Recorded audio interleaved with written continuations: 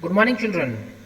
Today we are going to study about the place mix, or it is also called the physical distribution mix.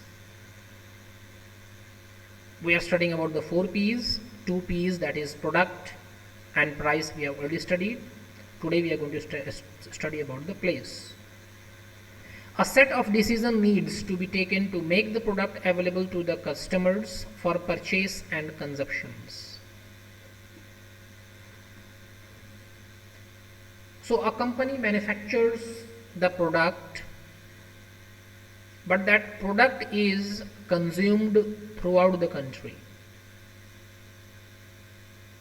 How the product will be made available to the consumer so that they can purchase the goods and then consume it is what we study in the place mix. The marketer needs to make sure that the product is available at the right quantity, at the right time, and at the right place. So in the physical distribution mix, the marketer needs and it tries to make sure that the product is available, whatever product is there is available at the right quantity, at the right time, and at the right place. All these decisions are made by the marketing manager.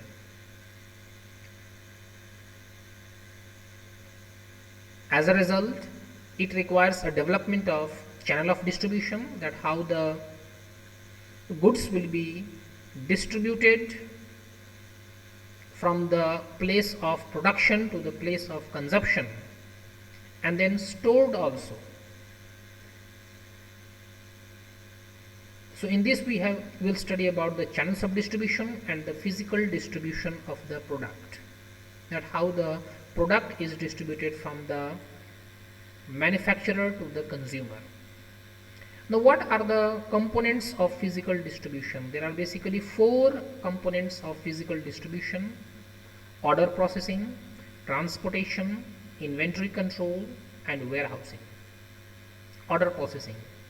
Accurate and speedy order processing leads to profit and goodwill, and vice versa. So the order processing should be accurate and speedy. Because of this, the company will be under profit and the goodwill of the company will also increase. Second component of physical distribution is transportation. Transportation adds value of the goods by moving them to the place where they are required. So transportation adds the value of the goods by moving them from the place of manufacturing to the place of consumption. Inventory control. Third component of physical distribution is inventory control. Additional demand can be met in less time. The need for inventory will also be low. Inventory means keeping the goods in the stock of the company, so that whenever there is demand in the market, the goods can be transported from the company to the wholesaler and then to the retailer. So additional demand can be met in less time. For that, new inventory, new goods are produced and it is kept in the company. Then warehousing. Need arises to fill the gap between the time when the product is produced and the time when the product is consumed. So there is a time gap between the production of the good and the consumption of the good. That time gap is filled by the warehousing, that is storing of the goods in the godown, so that whenever there is demand in the market, from the godown the goods can be taken and supplied into the market. The next topic is channels of distribution. What are the channels through which the goods can be distributed? So channels of distribution includes a series of firms, individual people, institutions, merchants, and functionaries who form a network which help in the transfer of title of a product from the producer to the end consumer. So ultimately the product is transferred from the producer to the consumer, and this whole thing is done by the network of people who are there, who are helping them to distribute the good from the producer to the consumer. Channels of distribution help to overcome time, place and possession gap that separates the goods and services from those who need them from those who want them. So channels of distribution, because goods are produced at one place while it is consumed throughout the country, there is a time gap, there is a place gap, there is a possession gap. All these gaps are filled by the channels of distribution. Now what are the channels of distribution? There are basically two channels, direct and indirect channels. Indirect channels, the goods is directly transferred from the manufacturer to the consumer. Very good example is the mail order, internet, door-to-door selling. All these are used in the direct method. Now what is indirect method? In the indirect method, the goods are transferred to the consumer in three ways. The first is from the manufacturer, the goods come to the retailers, and retailer send it to the customers. This channel of distribution is basically done with the specialty goods like expensive watches, appliances, car, etc. The second indirect channel is the manufacturer sells the good to the wholesaler, wholesaler sells the good to the retailer, and retailer sells the good to the consumer. Consumer goods are usually sold through this channel. Soaps, salts, etc., detergents, all these are sold through this channel. And the last and the longest channel is manufacturer, then agent, wholesaler, retailer and customers. This is basically done when the manufacturer cannot approach to the wholesaler directly. Then one agent is there. That agent is a communicator, a linking person between the manufacturer and the wholesaler.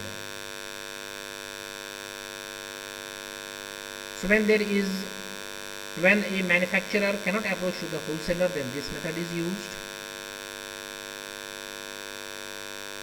Or when the manufacturer carry a very limited product line and has to cover a white market, at that time also the manufacturer uses this indirect channel, that is from the manufacturer to the agent to the wholesaler, the retailer, and then lastly to the consumers. Now the next topic is, what are the factors that determine the choice of channels of distribution?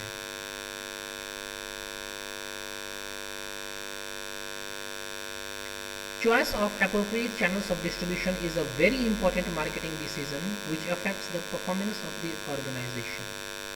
So every organization should choose the best channel of distribution.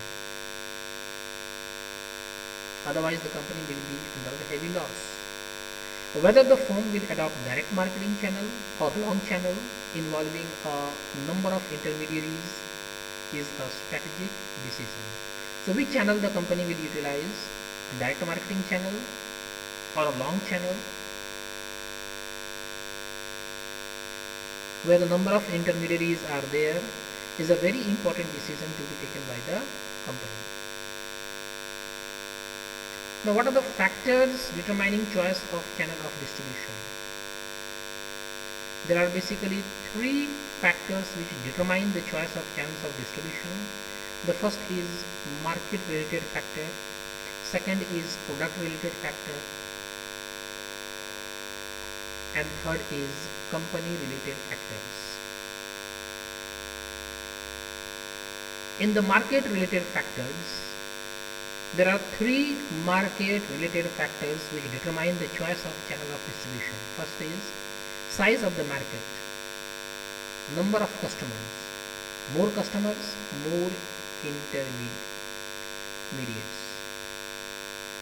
Then geographical concentration, concentrated buyers, then direct selling is the best way. If the size of the market is very big, then the long channel is used. If there is geographic concentration, buyers are concentrated, then the direct selling is used.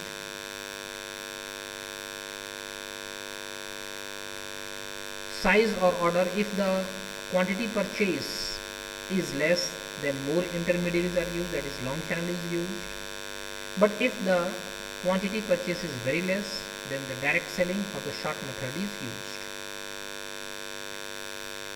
Now what are the second factors which determine the choice of channel of distribution? That is product related factors. The first one is nature of the product. If the product is technical, then direct selling is used. If the product is perishable or non-perishable, then long channels are used. Long channel means manufacturer, wholesaler, retailer, then consumer. This is a long channel. Direct channel, that was the first one, from the manufacturer to the consumer. That is called the short channel. The third product related factors which determine the channel of distribution is the unit value of the product. If the product is costly, then direct selling is used. If the product is not costly, then the long channel is used. The fourth product related factor is product complexity. If the product is very complex, then the direct selling is used. But if the product is not complex, then the long channel is used. The third factors that determine the choice of channel of distribution is company related factors. The first one is financial strength of the company. If the financial state of the company is very strong, then the direct channel is used. But if the financial strength of the company is not good, is weak, then the long channel is used. Second is degree of control. If the company wants greater control, then the direct channel is used. If the company wants less control on the distribution of the product, then long channels are used.